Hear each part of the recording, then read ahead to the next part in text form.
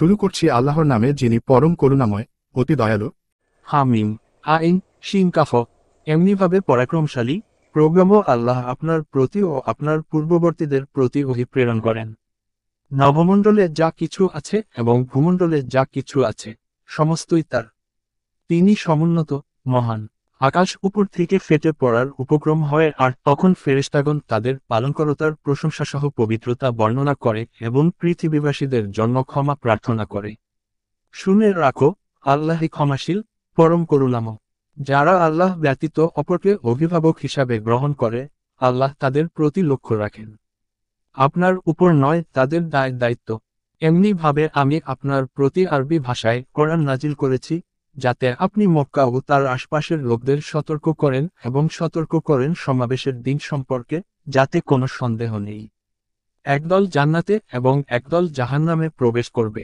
আল্লাহ ইচ্ছা করলে সমস্ত লোককে এক দলে পরিণত করতে পারেন, কিন্তু তিনি যাকে ইচ্ছা স্বীয় রহমতে দাখিল করেন। আর জালেমদের কোনো অভিভাবক ও সাহায্যকারী নেই। তারা কি আল্লাহ ব্যতীত অপরকে অভিভাবক স্থির করেছে? পরন্তু আল্লাহই তো একমাত্র অভিভাবক। তিনি মৃতদেরকে জীবিত করেন। তিনি সর্ববিষয়ে ক্ষমতাবান। তোমরা যে বিষয়ে মতভেদ করো, তার ফয়সালা আল্লাহর কাছে সুপর্দ। ইনি আল্লাহ আমার পালনকর্তা, আমি তারই উপর নির্ভর করি এবং তারই অভিমুখী হই।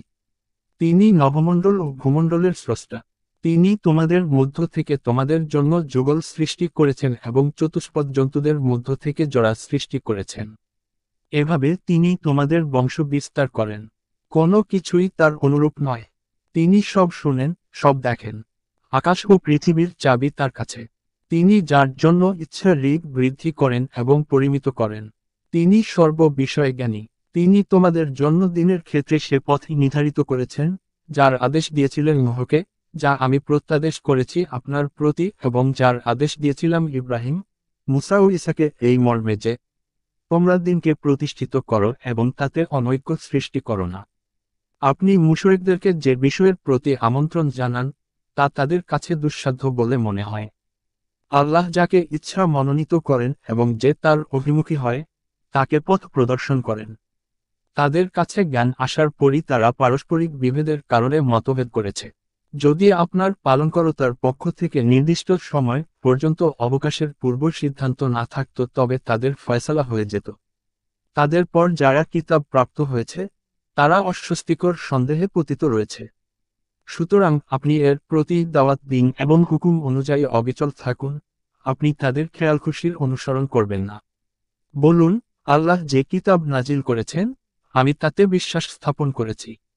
আমি তোমাদের মধ্যে ন্যায় বিচার করতে আদিষ্ট হয়েছি। আল্লাহ আমাদের পালনকর্তা ও তোমাদের পালনকর্তা। আমাদের জন্য আমাদের কর্ম এবং তোমাদের জন্য তোমাদের কর্ম। আমাদের মধ্যে ও তোমাদের মধ্যে বিবাদ নেই। আল্লাহ আমাদেরকে সমবেত করবেন এবং তারই দিকে প্রত্যাবর্তন হবে। আল্লাহর দিন মেনে নেয়ার পর যারা সে সম্পর্কে বিতর্কে প্রবৃত্ত হয়, তাদের বিতর্ক তাদের পালনকর্তার কাছে বাতিল। তাদের প্রতি আল্লাহর গজব এবং তাদের জন্য রয়েছে কঠোর আযাব। আল্লাহই সত্যসহ কিতাব ও ইনসাফের মানদণ্ড নাজিল করেছেন। আপনি কি জানেন, সম্ভবত কিয়ামত নিকটবর্তী। যারা তাতে বিশ্বাস করে না তারা তাকে তড়িৎ কামনা করে, আর যারা বিশ্বাস করে তারা তাকে ভয় করে এবং জানে যে তা সত্য। জেনে রাখো, যারা কিয়ামত সম্পর্কে বিতর্ক করে, তারা দূরবর্তী পথ ভ্রষ্টতায় লিপ্ত রয়েছে। আল্লাহ তার বান্দাদের প্রতি দয়ালু।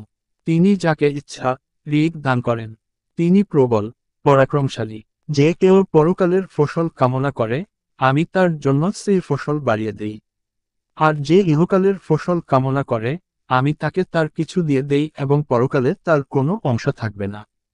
তাদের কি এমন শরীক দেবতা আছে, যারা তাদের জন্য সে ধর্ম সিদ্ধ করেছে, যার অনুমতি আল্লাহ দেননি? যদি চূড়ান্ত সিদ্ধান্ত না থাকত, তবে তাদের ব্যাপারে ফয়সালা হয়ে যেত। নিশ্চয় জালেমদের জন্য রয়েছে যন্ত্রণাদায়ক শাস্তি। আপনি কাফেরদেরকে তাদের কৃতকর্মের জন্য ভীতসন্ত্রস্ত দেখবেন। তাদের কর্মের শাস্তি অবশ্যই তাদের উপর পতিত হবে। আর যারা মুমিন ও সৎকর্মী, তারা জান্নাতের উদ্যানে থাকবে। তারা যা চাইবে, তাই তাদের জন্য তাদের পালনকর্তার কাছে রয়েছে। এটাই বড় পুরস্কার। এরই সুসংবাদ দেন আল্লাহ তার সেসব বান্দাকে, যারা বিশ্বাস স্থাপন করে ও সৎকর্ম করে। বলুন, আমি আমার দাওয়াতের জন্য তোমাদের কাছে কেবল আত্মীয়তাজনিত সৌহার্দ্য চাই। যে কেউ উত্তম কাজ করে, আমি তার জন্য তাতে পুণ্য বাড়িয়ে দেই। নিশ্চয় আল্লাহ ক্ষমাকারী, গুণগ্রাহী। নাকি তারা একথা বলে যে, তিনি আল্লাহর বিরুদ্ধে মিথ্যা রটনা করেছেন। আল্লাহ ইচ্ছা করলে আপনার অন্তরে মোহর এঁটে দিতেন। বস্তুত তিনি মিথ্যাকে মিটিয়ে দেন এবং নিজ বাক্য দ্বারা সত্যকে প্রতিষ্ঠা করেন। নিশ্চয় তিনি অন্তর্নিহিত বিষয় সম্পর্কে সর্ববিশেষ জ্ঞাত। তিনি তার বান্দাদের তওবা কবুল করেন, পাপসমূহ মার্জনা করেন এবং তোমাদের কৃত বিষয় সম্পর্কে অবগত রয়েছেন।